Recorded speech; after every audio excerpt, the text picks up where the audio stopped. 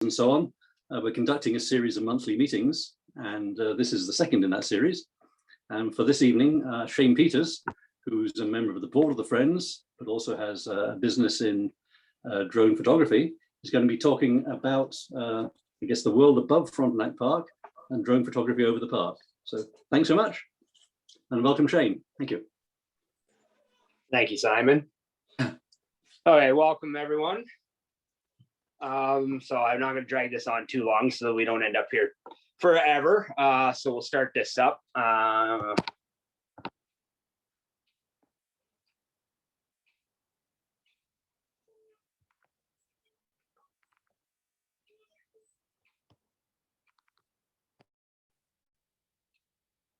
Okay. So I'm going to start with a brief little introduction, just kind of talking about remotely piloted aircraft systems, which is what they're actually technically called. And most people know it as drones. So that's just a quick picture, some of the stuff that I've done. So quickly, what I'm going to kind of run through here is kind of what our paths are.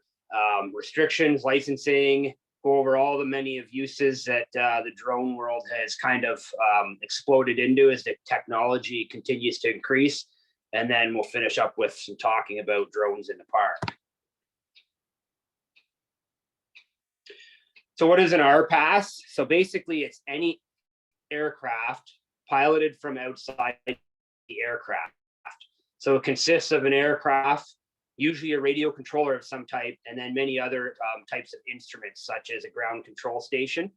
So there's basically the encompassment of everything. Everyone thinks that the drone is kind of the whole system in itself, but all the technologies that tie everything together is really what makes the intricacy and the technicalities and everything behind the drones, which is where all the licensing and everything comes from generally to operate them.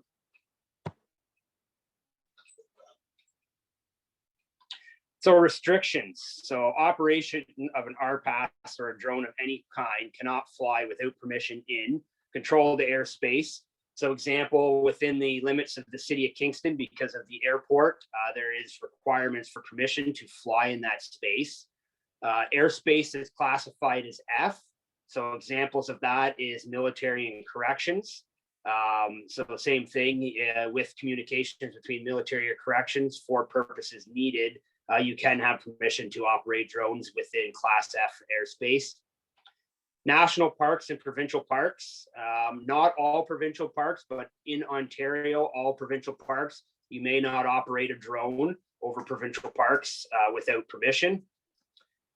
Emergency scenes, so an example, anything that's an emergency. So if there's a large fire, a forest fire, accident scenes, those you cannot operate drones over top of. Again, you can with permission, but without it, you cannot operate until the area having jurisdiction has passed off that authority to you. And then NOTAMs, which is notice to airmen. So anything that could come up that would require restriction for you to operate a drone could be thrown into a NOTAM, at which point you would be able to request permissions to be able to possibly fly. But generally with NOTAMs, it's a no-fly zone. So that's why they get posted there. So quickly, licensing. There's basically three categories, really two for the operation. There's a basic, advanced, flight reviewer, and then there's what's called an SFOC, which is a special flight operation certificate. So drones are classified as aircraft, which makes you a pilot. So that's why there's all these rules that have been put in place around the operations of drones, because when you're flying them, you're flying with other drones and other aircrafts. And safety is kind of the utmost importance. That's where it's come from. So that little image is one that's been put out by Transport Canada for people to understand, because you do not need a license to buy a drone, but you do need a license to operate a drone for anything that weighs over 250 grams. So they put out some infographics to help out with that kind of stuff.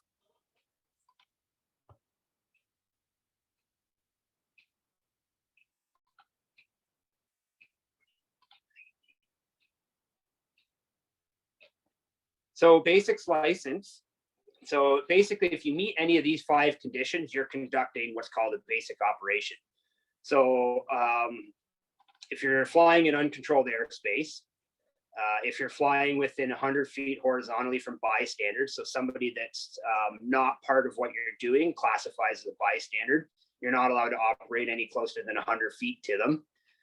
If you're flying over top of bystanders, if you fly in any more than 3 nautical miles of an airport, so there's a range, you can't fly within that space, but you also can't fly within 3 nautical miles of getting close to that airspace. If you fly in more than 1 nautical mile of a heliport, so basically if you're meeting any of these conditions, or if you aren't meeting any of these conditions, you're going to be flying in what's called an advanced operation. So advanced, so basically if you're meeting any of these conditions, you're flying advanced. So if you want to fly in controlled airspace, if you want to fly over top of bystanders, if you want to fly within 100 feet of a bystander, if you want to fly within less than 3 nautical miles of a certified airport, or if you want to fly within less than 1 nautical mile from a certified heliport. So to become a flight reviewer, you have to have 6 months experience operating as an advanced licensed pilot. And then you have to pass a flight reviewer's exam.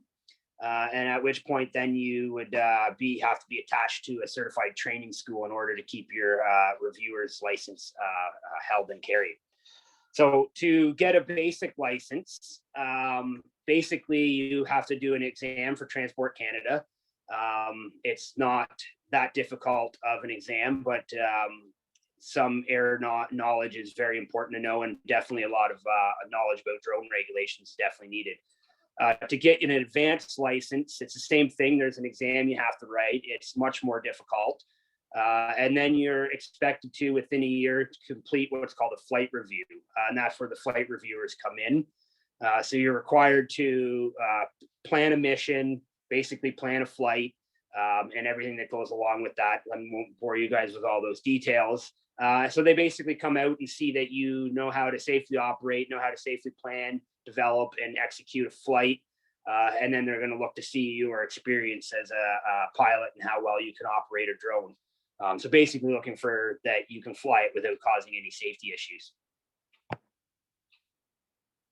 So, and then the SFOC, Special Flight Operations Certificate, basically anything that doesn't apply within the window of operating in an advanced license requires you to get what's called a Special Flight Operations Certificate. So basically an example, basically all drone flight operations, you need to keep below 400 feet. So if there's a reason that you need to do a flight above 400 feet, it is possible for you to do that with an application to Transport Canada. You can do that by applying, explaining what it is you're doing, your safety measures, and all the different things that you're going to put in place in order to do that. And then they may or may not approve you for that. If you get approval, then you stick within the guidelines that you kind of provided them, and then you'll be able to continue with your flights. So breaking the rules, with all that kind of stuff, there's big penalties. If you're operating commercially, you can be fined anywhere from up to $10,000. If you're just flying personally, you can be fined anywhere from $1,000 for every contravention that you break with the Transport Canada regulations. So to remain a pilot as a basic or advanced, you need to keep your skills up. And so basically every 2 years, you're required to do what's called the knowledge recency test, which could be in the form of a test that is done through Transport Canada. It's a self-paced test, or you can redo an exam, or you can do some training through a flight training school. So the other thing just to note with that was the 250 category. So you can operate a drone without a license as long as it weighs below 250 grams. So there's no licensing required. Basically, the expectation is that you will operate it in a safe manner. Reason for that is they had to draw a line somewhere with making regulations to put protections in for the use of all these large drones. And the reason for that is you take, for example, a kid flying a little toy drone from Canadian Tire. If they put licensing in place for all drones, then they're going to limit the use of kids being able to fly those toy drones. So uses. So drones are used for photography and videography, which is what I'm doing at the park. So they're used for search and rescue missions, which anyone from this area knows they were just recently used with the lost boy that was actually just lost just outside the park area. They're used for inspections, either for visual or through thermal imaging, which you can, depending on the type of cameras you have mounted on your equipment. They're used for delivery.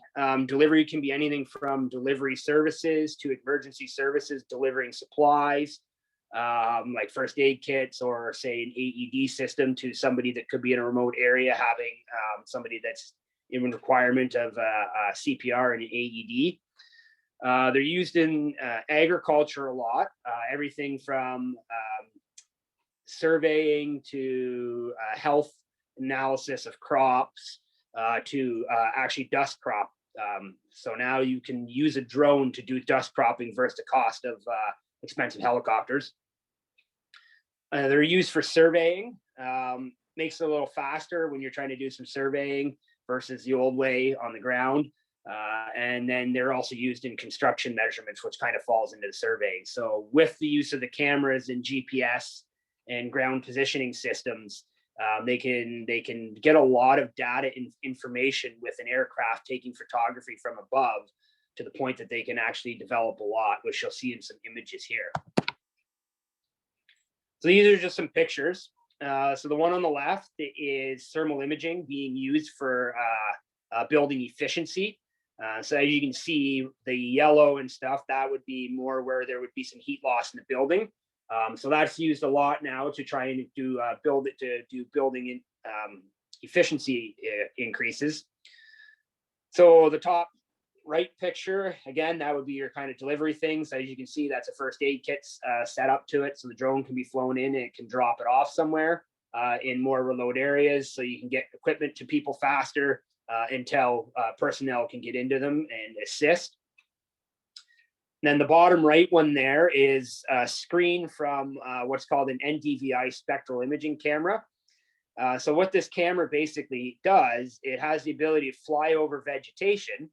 And as it flies over vegetation, it reads reflectivity coming off of it. And with that, it's able to analyze it. And then through software, it can take those analysis and develop the images and stuff that you see here.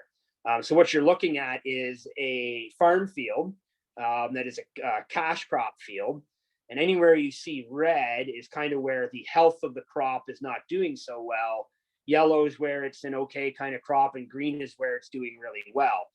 So this could be an image from just an early stage of growth, or this could be late in the season. So where this is used a lot now is in fertilizer cost savings. So before, farmers had no way to know basically what the health of their crop was, because you can't really see a whole large field so well.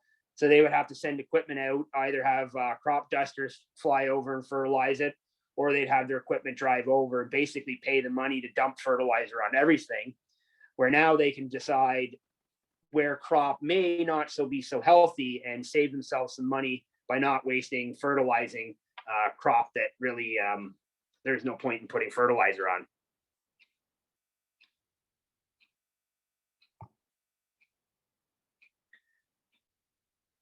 So drones in the park. So again, because I'm going to reiterate, because these questions have come up a few times from some stuff that I've posted, people thinking that they can go in and fly in the park. So the reason I'm able to fly in the park is I actually have a filming permit with Ontario Parks for Frontenac Park. So I had to go through a process and basically get Ontario Parks to approve me to fly the park. So again, the reason I have my permit is we are trying to get some new images that we've never had before at Frontenac Park. As you can see here on this here, I'll show you guys some more. You guys can get a bit of a sneak peek at some images that others haven't seen yet. So we're trying to get a bunch of images and record a bunch of video from within the park so that it can be used for promotional material and all kinds of other things in the park. So what's kind of been neat for me so far in doing this, there's been a few things that we don't necessarily see because we don't walk the whole park, we walk the trails. When I've had the drone up, there's been a few spots that seem to be more looking like areas of concern. Examples in the middle of heavy, dense vegetation, all of a sudden there's spots where the vegetation looks like it's died off that park staff may never have seen prior to us operating the drones there. And now it gives them somewhere to possibly go take a look and go, okay, what could be going on? What do we have? Is there possibly an issue in the park that's causing this? Or even maybe have found spots where they've gone in and be able to notice it and find that there was actually a fire at that location in the park.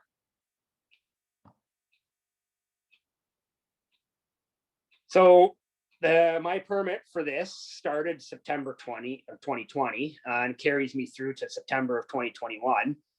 So far in the project, in the park, I've traveled 118 kilometers, which was 33 hours of hiking, and I have 4 hours of editing time in from all the footage and stuff that I have. Currently, there's probably, I was going to say, there's probably about 150 gigs worth of photos and video and everything that I've captured so far in the park to give you an idea of the amount of data space. So again, the interesting part about this is a lot of times with drone work, we basically can drive into where we need to go. It's not too often that a drone pilot's operating in a manner like this, where in order for us to reach many of the spots to do what we need to do, in order for us to do it, we have to have our eyes on our equipment so I don't hit a tree or crash it or anything like that. Although there are safeguards to prevent against it, but with expensive equipment, it's nice to be able to keep an eye on it. We have to basically hike into all locations to do the shooting. So here's a couple pictures. On the left, that's Mink Lake Lookout. Bottom right's looking out over Flagpole Hill. And then the top left is some pictures that were captured for some of the footage of some snowshoers heading out across South Otter.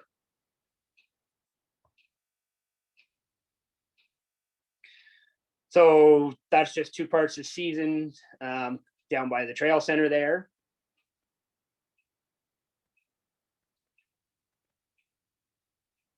Out looking over Flagpole Hill, or not Flagpole Hill, sorry, Mink Lake.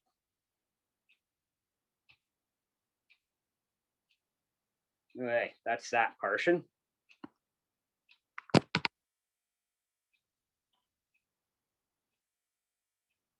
One moment here, guys.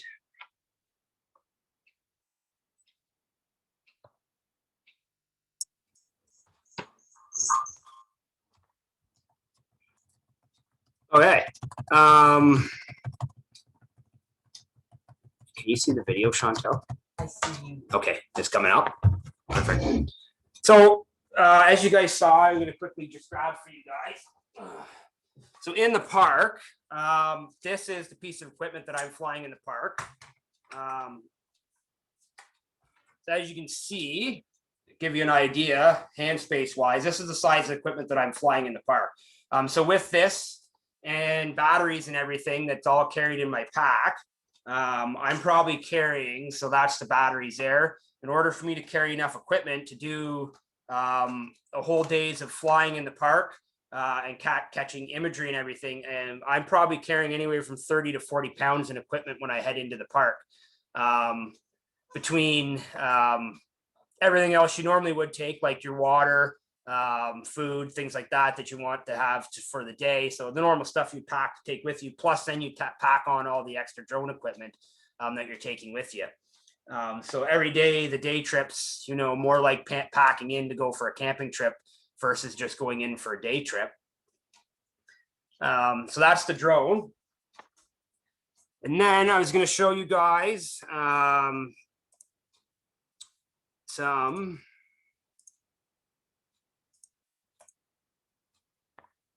Is it up there now, Chantel? Yeah, I was gonna pull up some of the footage that I have. So, I mean, the pictures are nice, but this kind of does it better justice when you guys can see everything. So this here, in case anyone's wondering what it is, this is actually the ring bog that you see off of Akron.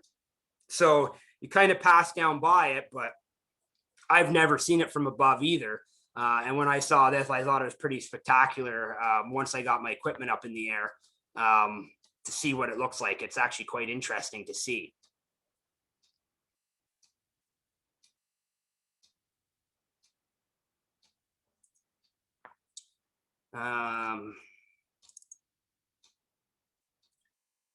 So we're trying to also capture and show off some of the features that are in the park from back in the homestead days. So this here is going to be going up over top of the old green homestead off Big Salmon. And then I'll pass up over Clear Lake here. So again, this is just some of the footage. So that's all this stuff here has been shot from many different angles. So when I'm in, you know, there's multiple shoots from one spot to try and capture everything.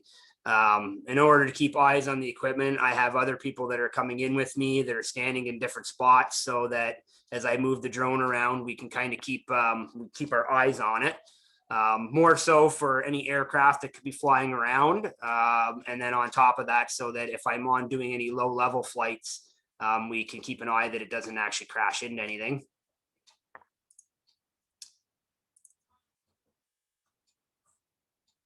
So then what we've also done is we've got some footage that we've been trying to capture to, you know, catch the essence of the things that we do in the park. So we got some canoers out on the water here. This is on Clear Lake again.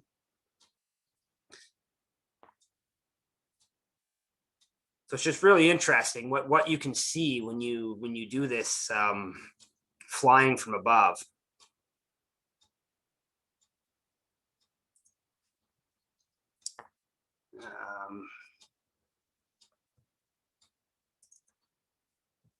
So we got everything from catching cross-country skiers,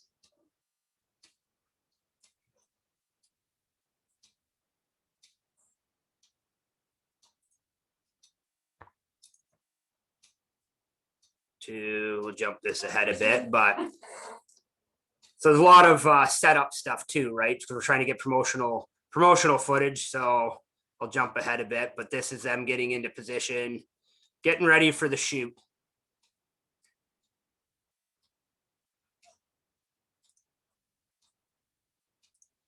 So basically we were trying to capture everything. So this is coming up across Whales Back. So some footage of the hikers coming in, doing some hiking.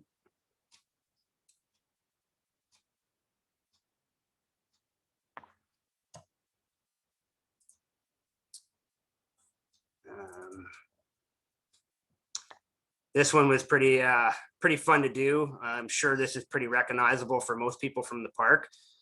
Just the moment it comes up. So this is actually Molten Gorge.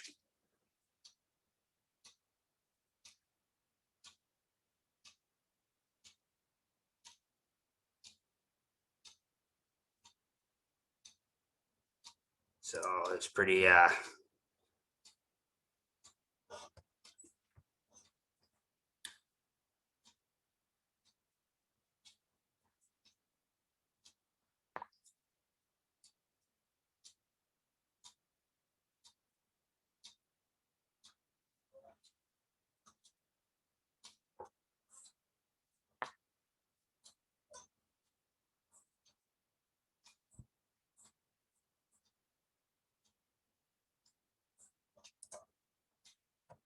yeah, so that's give you guys some ideas of that there. And then this was a fun one, nice and low within the trees. So this is over by Cedar and Black Lake. It's on the chat.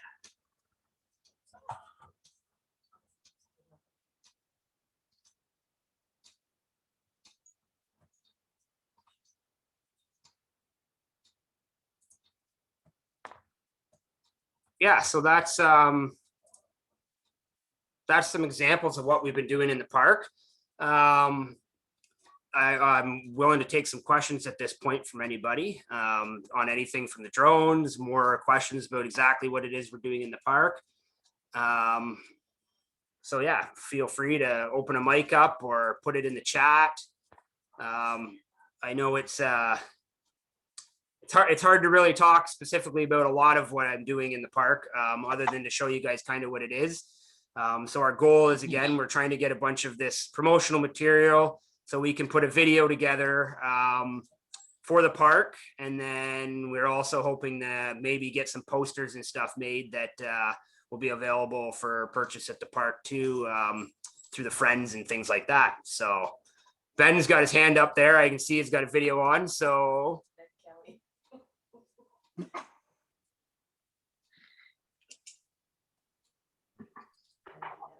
oh, Kevin. Yeah, you Shane. Cool stuff. Thanks very much.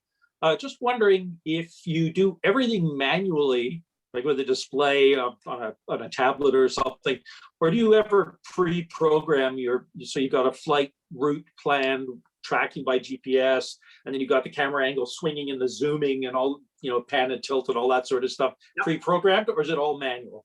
So when I'm going in the park, it's hard. So I do not in the outside of the park. I do that because I'm able to visit a site. So if I'm doing some videography for productions for somebody or something, I'm able to set up. But it's hard to in the park. It's hard to get in, make a trip, plan all that out, and then set up. So usually when I'm going in, but the bonus part with the drones is the technology's there that, so examples, the Ringbog, for example, I'm not actually flying that one. That one's flying autonomously.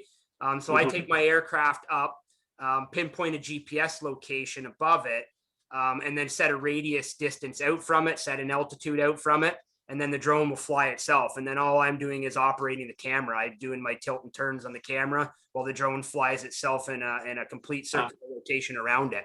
Yeah. But so that one, it takes a little more work because you're doing it all on site while you're there. But you do have the option to do the autonomous stuff when you can get some pre-planning in. Yeah. So I'm thinking it would be kind of tough. I mean, you're flying an aircraft, you're in 3 dimensions, and at the same time, you got to be pointing the camera. You're being a photographer and a pilot simultaneously. So it would be a challenge. Yes, it is. So some of the stuff, so example, when I was flying by Cedar there down below the trees, that's all completely manual flight. Hence why I'm also not moving the camera for that one. I'm not really focusing on operating the camera, more so taking care of the operations the other way. Yeah, good. Thank you. You're welcome.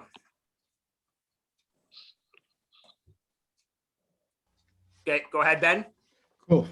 Yeah, I was wondering if you're gonna sell any of your footage on as stock footage, or if I could message you with certain times I might have been canoeing in the park. I mean, I heard some drones flying around, so I'm wondering if there might be some footage of me paddling through, or if there's any footage we could buy so I could use it in my own videos. Yeah. So at the end of the day, that's going to come down to when we get this all done, we haven't fully hashed out licensing rights and owning rights between me and Ontario Parks for all of what we're doing in the park right now. So that's what it's going to come down to. I do know the plan is there's probably going to be some posters and stuff of some of the lakes and things like that likely will be available at the park for purchase. But definitely, if a time that you were in there and you might be an identifiable person within some of the footage, I've got no reason that you can't have that, right? So. Cool. And yeah, second part, I missed the first couple of minutes. Are you able to reveal why you were filming in the park, why you had this privilege? I mean, what is the end goal, or is this just? Yeah. No worries. Yeah. So what we're doing is we're basically capturing some footage to do some promotional material for the park. So we're doing the shooting, the video and all that for that. And then kind of capturing the pictures and stuff too, just because we have the chance to do it. Not too often you get a chance to capture all the lakes so specifically without putting an aircraft up, which is expensive to do it. So it's just kind of a goal for us here to gain some material for the park. Cool. And do you have an Instagram that you post your personal drone footage? Yeah. So World Above Photography. Cool. On Facebook and on Instagram underneath that. So I'll find you. Cool. Awesome. Thanks. question by Carol. Yeah, Carol, Hi, can you hear me? I can. So my question is, have you ever had any run-ins with birds? Because at Clear Lake, we've come across some sandhill cranes circling above, and they're pretty big birds, and I wonder if they might feel threatened by your drone. Yeah, so that's a good question. So that does happen. So I've never had an issue with any cranes. And I've had no issues in the park yet. But sometimes you can't always see wildlife where it is. So I was doing a shoot over in Stone Mills area. And I had a murder of crows come out of a tree somewhere. And they were circling, following, chasing. And then of course, at that point, I don't want to endanger them. And I also don't want to damage expensive equipment. I don't know what they're going to do. So I had to cancel the shoot that we were doing that day for that specific reason. So basically, safest way I can get my equipment down and land it. So that's the other reason why you try and keep a visual eye on your drone so that you can see everything that's going on. So the other thing that the drones have, so this is forward facing. The camera's not tilting up because the motor controls aren't on. But basically here you can see these two dots here. And then out the side, you've got this and that sensor here. You got the same at the back. And then on the bottom of the drone, there's also two. So these are all proximity sensors, and they're also mini cameras that are looking in all the directions for the specific purpose of detecting obstacles around the drone, so that the drone doesn't have a chance of running into an obstacle. So outside of my own perception and watching, I also have protections within the drone for that reason. But I mean, a bird, yeah, of course. It's not going to stop the bird from flying at a drone if it wants to, but yeah. So I've had it, not in the park, luckily, and hopefully I don't, so that I don't have to abandon some nice footage. Thank you. And I also appreciate getting a good look, 360 look at your drone. That was really interesting. Thank you so much. You're welcome. Simon next. Simon? Hello. Yeah, thanks very much indeed. I'm just really impressed how bright the colors are and what a great variety we have in the park from the images you've shown. Are you doing anything to enhance the images? Is there any dehazing going on or something like that? Because it looks really good, and it seems you rarely get days that clear. Or are you just picking the right days? Yeah. So part of it's picking the right day. So all that image that you saw there, the photos have been edited. Because so I am using photo editing software. I have to because without getting into everything about photography. Everything that I'm shooting is basically raw data. I'm not actually shooting an image. There's no image there, it's just raw data. So I have to do editing stuff to have images out of it. The videos are actual video. You're not shooting raw data. So what you're seeing there is the live image that's wow, that's great. Yes. So there will come time to editing and putting the production stuff together for the park. There will be some editing done to take some of the out of it. So, all right, thank you. You're welcome. Thanks. With editing, you can add captions and things like that, showing naming lakes and labeling things. Yeah. Oh yeah, exactly. Yeah, when it comes to video production and stuff like that, you can add all kinds of stuff in. There is a little teaser video on the Facebook page there for the park already. We kind of threw one up there. Not a lot of footage, but there is one on the Facebook page. Great, thank you. Welcome. Carol's has her hand up. Hi, it's me again. I've seen a lot of deer in the park, and I've heard tell of a bear or two that likes to rummage around. Have you been able to capture any of that through your drone photography? No, not in the park yet. I've not been able to see any deer or bears. Now I was specifically looking for bears at one point. So every time I'm going in, I am talking with park staff. So they are aware where I am operating for the day when flying. Just so more so if they get questions, because not everyone knows that I'm in the park doing this. And a lot of people know you're not allowed to operate drones in the park. So they may not necessarily see me specifically, but they may hear me up above. It's not the quietest piece of equipment. Basically sounds like a very large beehive flying around up there. So when we were shooting near Cedar Lake, I guess there's an area there that they believe there may be bears. So we flew around a bit to try and see what we could see, but I couldn't. Outside the park, I have seen wildlife. I have come across deer. I've seen deer while I'm shooting. I've seen foxes. I'm trying to think what else. No. And I've seen a few more predatory birds, like ospreys. And at which point I kind of get away really fast because I'm more nervous. I don't want to take the chance. They're more predatory.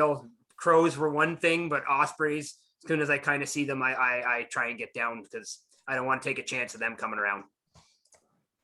Thank you. I think Dawn has a question. So Yep. I see Dawn's hand. Yeah, Dawn? Have you ever run into a problem with privacy issues flying?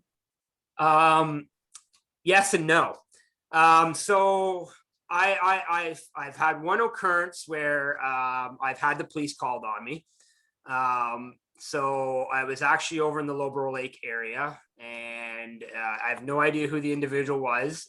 But again, if you do everything you're supposed to be doing, you're pretty well good to go. So the police came.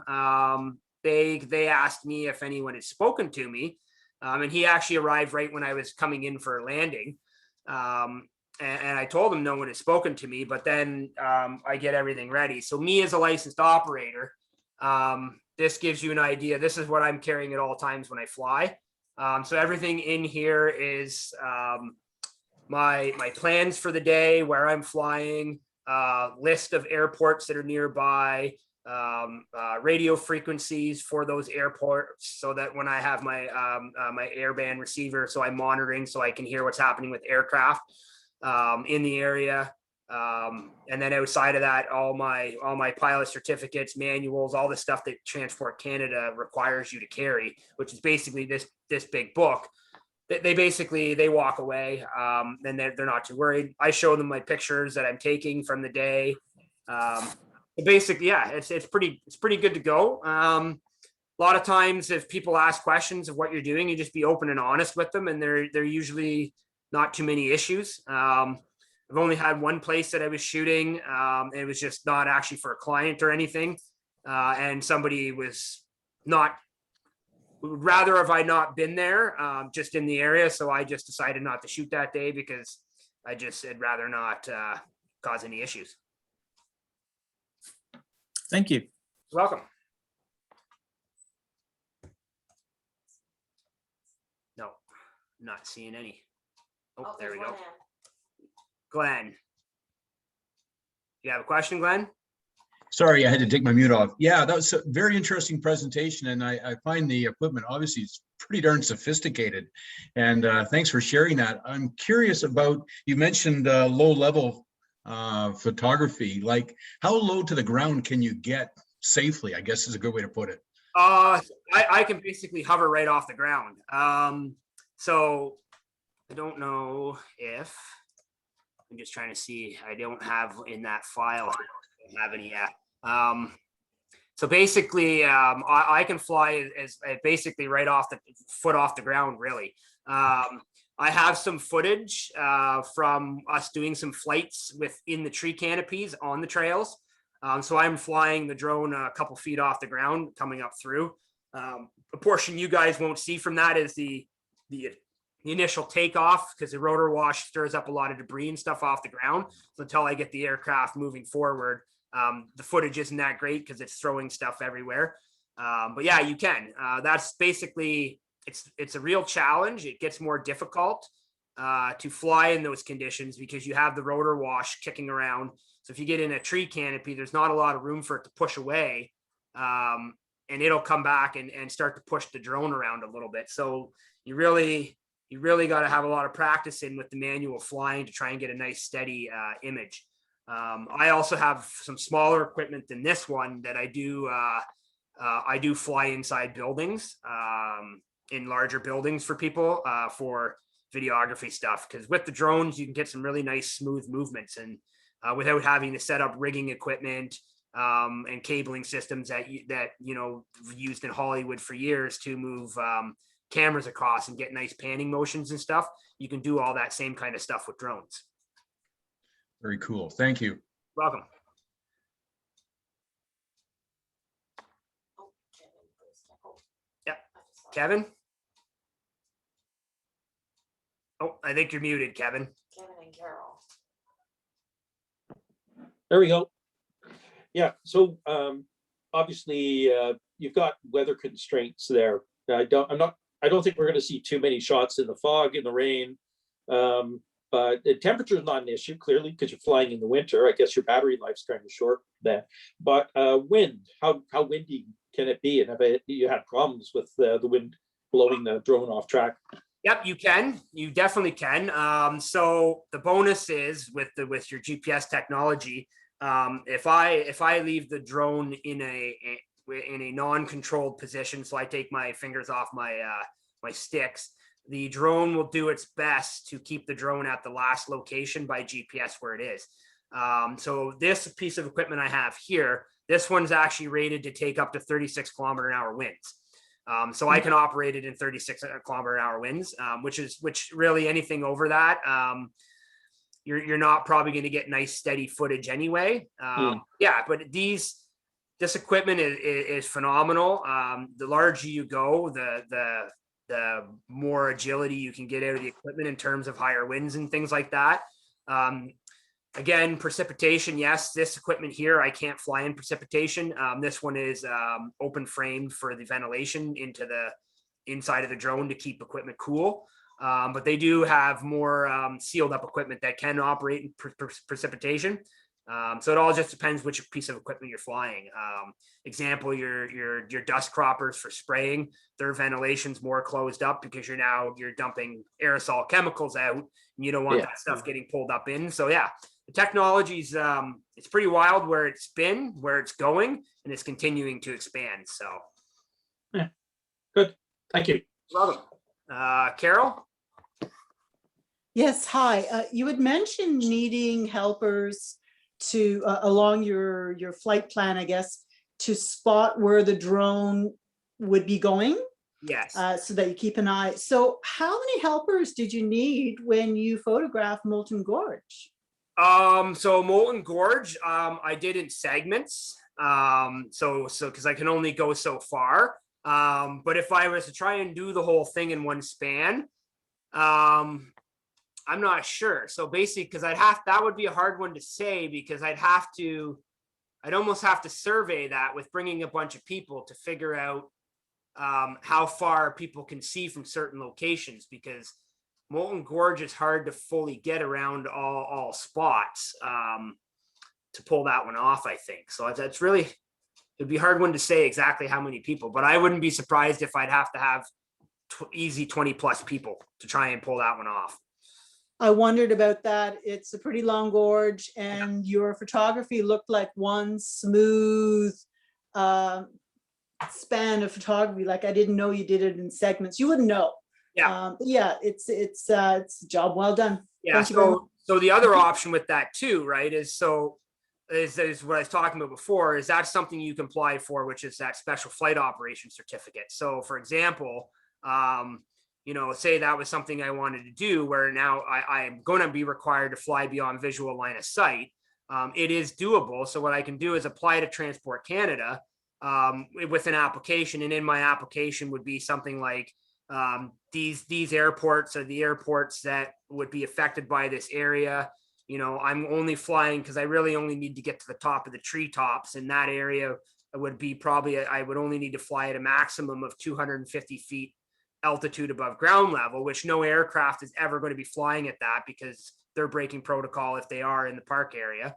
And then basically apply that way, saying, you know, that I've talked to airports.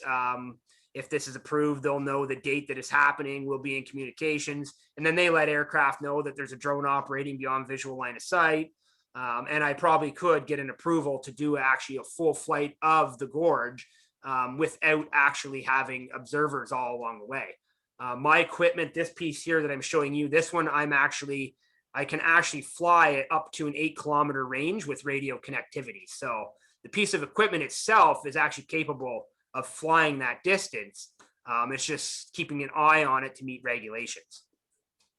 You almost need another drone to keep an eye on that drone. Yeah. Thank you. You're welcome.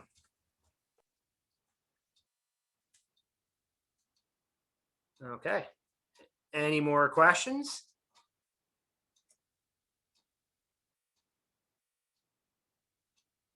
Doesn't look like it. Okay. That's looking very good. One quick- I'm wondering. Oh, Sorry. Oh, there we go.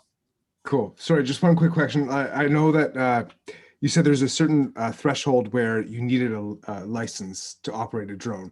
My understanding is that the Mavic Air Mini 2, like there's some drones that like fit in your pocket. I've been eyeing them up. Yeah. You don't need that license, but I know that there's probably some other kind of regulations you have to follow at least. Yeah. Okay. So yeah, that drone exactly. So you clearly know your drones a bit. So the Mavic Air 2 is the new model of the Mavic Air. So those two drones were specifically created by DJI to circumvent the rules. Is why they basically created those drones. So you do not require a license to operate either of those drones. But under the Transport Canada, so the Canadian aviation regulations, there's a section 900, which is the section that has to do with operations of drones. So basically the general catch-all rule at the start is you're in contravention of operating a drone if you put any aircraft or people at risk. So basically you can operate the drone. You don't have to follow the rules. You could fly above 400 feet. You can fly out a visual line of sight. You can do all the things that I have to follow by operating one of those smaller drones. But if something were to happen, there is a means of mechanism for them to come back on somebody in the regulation. So they're basically looking for you to operate safely. So, I mean, sure, Okay. you can fly your drone. I don't know. I don't have one. I don't know what the altitude it could even operate at. I mean, you could, if you wanted to, theoretically fly it up over 4,000 feet to reach it. It's just going to put yourself in easy aircraft range. And if you were to cause an issue, you are going to get in trouble. Okay. So the other thing though, you mentioned a 3-mile radius within the 3-mile aerodome. So that essentially means 6 miles from an airport, Yes, in a circumference in a way like. Yep. Okay. So, but again, that rule doesn't apply to the minis. So it doesn't. Oh, interesting. Yeah. So I could be in like Lemoyne's Point Park right beside Technically- Kingston. Technically, That's crazy. That's wild. Now I have a feeling like it probably has to do with the weight of the drone itself. Yes, It probably that's can't the cause one. much like enough damage to. Yeah. Okay. Cool. Sorry, I didn't mean to interrupt the next person. nope, no worries. Cool. Thank you. So I'm just seeing here, Vicky wrote, are there competitions for drone operators? Yes, there is. I'm not sure of any in this area. So that's getting into what's called first person view. So there are drone operators. I know if you've heard of Red Bull does a lot of extreme sports stuff. They do that too. They host those kinds of competitions. So basically there's a set of special head goggles that drone operators can wear that depending on the type of drone you have, they're usually ones that are custom built and they're racing drones. So they'll basically fly them. And it's much the same thing as if you ever seen the Red Bull aircraft races that they do, or they fly their planes and go through circles and loops and all that kind of interesting stuff. They do the exact same thing with drones. Simon. Oh, thanks. Actually, it was just in your early shots, you showed some of these types of photography used in crop health. Have you done any of that in the park, and do you have the means to do that? So I'm not carrying any equipment to do that. So I haven't. And in all honesty, if was going to get into that with the park, that one wouldn't be on a volunteer basis, and it would be Ontario making a decision. There was a reason to pay me to get into that with them. I just wondered if, how things were looking, and I do know cameras can be modified to receive near infrared, which is interesting. You get some good images of vegetation versus dead material from those. Yeah. So it's not actually a normal photography camera. It's actually it's much like thermal imaging. It's actually a special camera to do it. Right. Thanks. Thank you. And if there's no more questions, to say, could we look at some of the video again? But if there are more questions. No, Sally sent me an email and would like to know if you could play the video because she missed it because she came in late. Sally Glasper. Yeah. Oh, Just asking if we could see some more video as we have a few minutes to spare. That'd be great. Thanks. I'll throw some of it back up there. But just so everybody's aware, we are recording these. I can't close that because I'm recording. Okay. 1 second. I just have to get that file to open back up. But we are recording all of these lectures. So at any point, we now have it set up. We are getting to the point where we will be setting up to, okay, there. We're getting to the point to getting a YouTube page set up for the Friends of Frontenac, and we'll be sharing all the previous lectures onto that platform. So yeah, to throw back up for some people that came in after that missed it. So this here is this is the ring bog off of Akron, which like I was saying before, I thought this was pretty interesting when I actually got my equipment up. It's even way more spectacular seeing it from this view than from seeing it on the ground.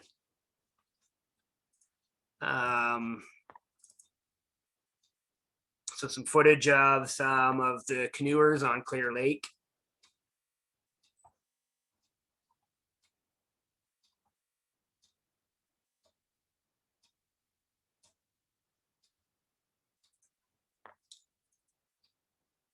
And Sally will be in this, I believe. So this is cross-country skiers in the park. Right now, we're just seeing your shining face, mate. Are you? Yeah, I am anyway. Dave here. I'm sharing. I see the video. Okay. There we go. All right, we'll shut my mouth.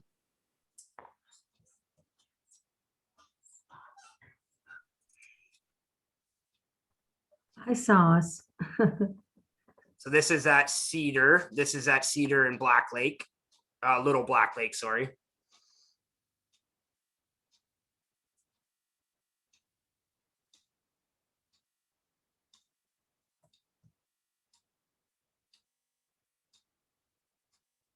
Yeah, so I paddled that. that's some of the footage I'm capturing. So I paddled that once. Yeah. nice. Yeah. Okay, there's just a couple more chat things that came in there. Just see. More recommendation, neutral density. What?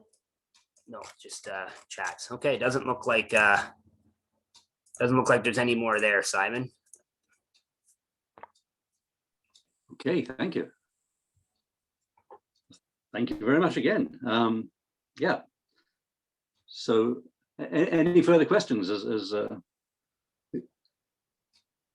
we have still a lot of people on the line, and very welcome to take them. Thanks. When will the video project be completed? Yeah. So in terms of completed, I'm going to be still collecting footage till September of this year. And then over the following year will be when I start to compile and start looking through everything and starting to put together production. So maybe we're looking at probably sometime in probably 2022, 23-ish. We'll hopefully have everything together. Great. Well, thank you. Thanks so much. Yes. And I'm wondering, should an individual have an interest in you doing some work for them on their property? are your rates reasonable? Or how does it work? Yeah. So I mean, yeah, you can check that out on my Facebook page, or from there, anyone can shoot me a message if there's interest. So I do all kinds of stuff with videography. So yeah. I'm thinking probably on the line there are some adjacent cottage owners at least, or that would be perhaps have an interest in that. So, Yeah. Excellent. Well, thank you guys very much. I hope you enjoyed it. And well, thank you very much, Shane, too, for an excellent presentation and lots of information. Yeah, thank you very much. Really appreciated that. It's You're welcome. been great. Thank you. Thank And, you. That thanks- was really cool. Thanks, participants, for your attention and the interesting questions. I'm seeing those are thumbs up signs. Okay, they're not hands raised. Oh, thank you. When I get a drone, so- we should